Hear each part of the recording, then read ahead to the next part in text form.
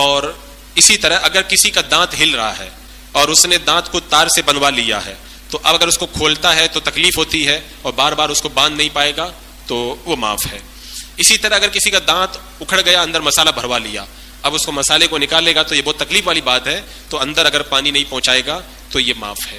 تو یہ کچھ معافی کی صورتیں ہیں جن کو میں نے آپ کے سامنے رکھا. لیکن آخری بات رہ گئی ہے, یہ ضروری مسئلہ آپ حضرات سمجھ لیں کہ 3 چیزیں ہیں شریعت میں.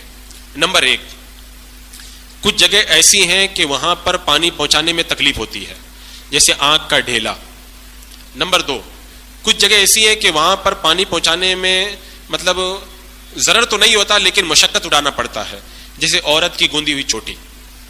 اس کے بعد میں تیسری چیز, اگر کسی کو پتہ چل گیا کہ فلاں فلاں جگہ پر پانی نہیں پہنچا ہے کسی ضرر یا مشقت کی وجہ سے, تو اب بعد میں پتہ چلا کہ وہاں پہ میں پانی نہیں پہنچا پایا ہوں, تو ان تینوں صورتوں میں شریعت نے کیا حکم دیا ہے؟ تو شریعت نے حکم یہ دیا ہے کہ جہاں پہ پانی پہنچانے میں تکلیف ہوتی ہے معاف ہے, جہاں پہ پانی پہنچانے میں جو ہے وہ مشقت اٹھانا پڑتا ہے جیسے عورت کی گوندی ہوئی چوٹی, وہ بھی معاف ہے.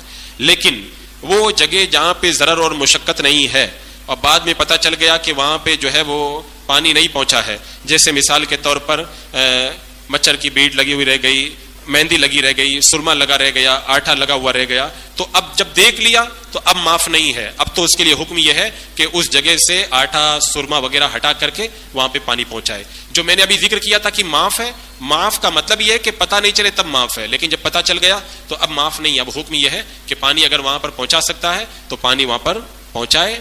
یہ وضو اور غسل کے حوالے سے جو احتیاطیں تھیں ان کو میں نے آپ کے سامنے رکھا. آپ حضرات ان تمام جگہوں کا خاص طور سے وضو اور غسل میں خیال رکھیں. اگر ان میں کوئی کمی رہ جاتی ہے تو آپ کا وضو اور غسل خراب ہوگا, تلاوت کریں گے تو گنہگار ہوں گے, غسل صحیح نہیں ہوگا تو, اور بغیر نہائے اسی طرح ناپاکی کی حالت میں مسجد میں آ جائیں گے تو گنہگار ہوں گے, اور جو فائدہ ہوتا ہے ان عبادتوں کا وہ فائدہ آپ کو نہیں مل پائے گا. تو یہ بڑی اہم اور ضروری باتیں ہیں, آپ حضرات ان تمام کا خاص طور سے خیال رکھیں.